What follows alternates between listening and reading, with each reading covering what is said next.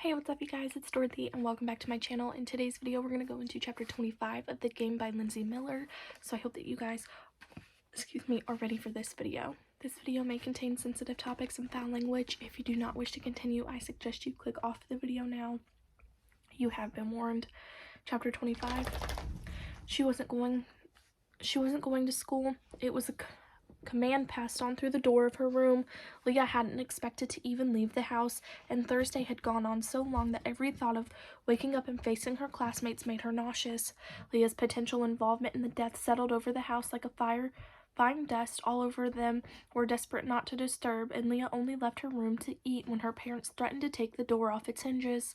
It was bound to be worse if she went to school, and she wasn't even sure she could. Everyone must have known she had been interrogated. Maybe Devin had told more people by now. There were a dozen official emails, tweets, and Facebook posts, none of which Leah read.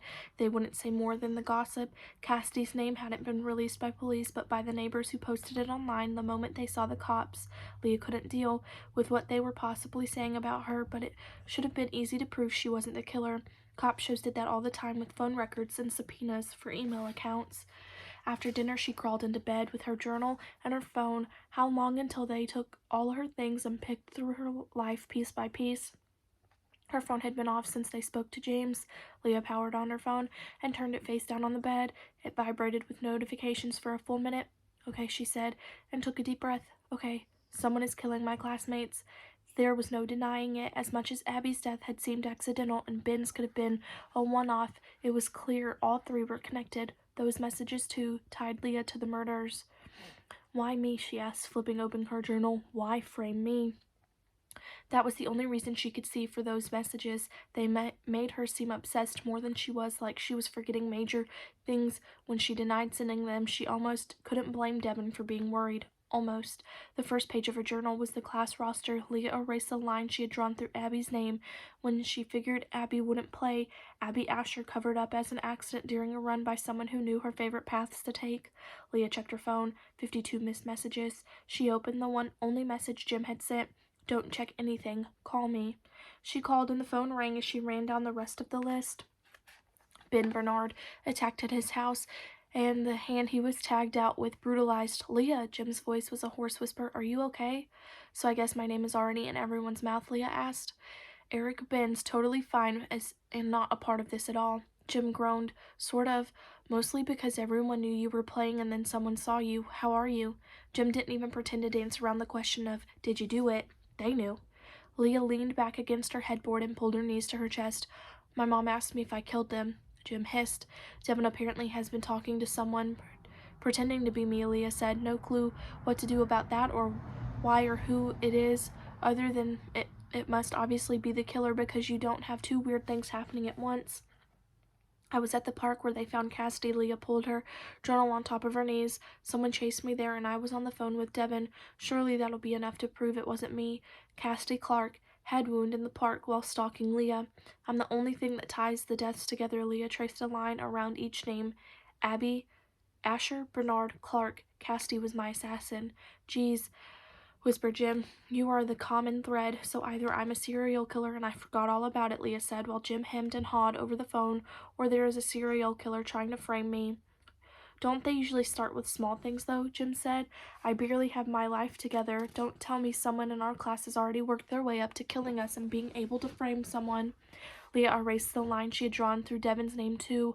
"Well, I sure as hell don't have my life together enough to do all this." The game tied her to each of the dead, and something like a word on the tip of her tongue stuck in her mind. She stared at her journal, couldn't think of it, and tossed the book aside. "Get some sleep," Jim said. "I think you've earned it, and maybe will all have blown over by tomorrow."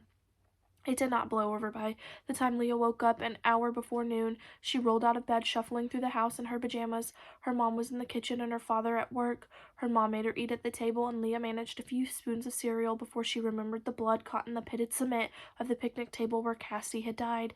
If she stared long enough, her cereal looked the same. She returned to her room for the rest of the day. "No one from the football team is here," Jim texted her at lunch. "The table they eat at is empty," and Peter yelled at some freshmen when they tried to sit there. "Devin's here, though, and he is out of it. I don't think he's heard a word anyone has said."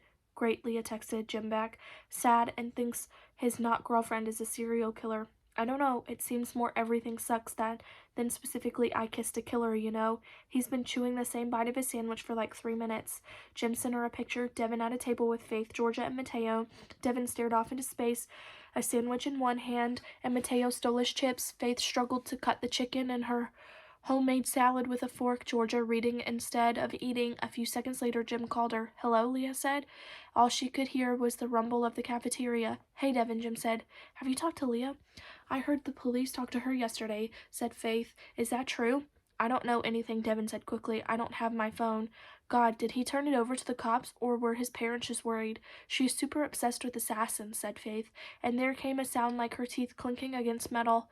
"I knew playing the game was a bad idea." Devin said nothing, and Georgia snorted. "Like, not playing would have helped," she said. "It's Leah. Leah obsesses. It's what she does.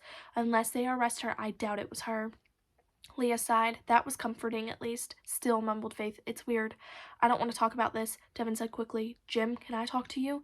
And Jim hung up. Leah sat on her bed, flipping through her journal and ignoring her phone until another text message came. "He wants to talk to you," Jim said, "but his parents took his phone, and he has orchestra tonight, so I don't think he thinks you're a murderer. Small mercies." That is the end of this chapter. I will see you guys in the next video. Bye.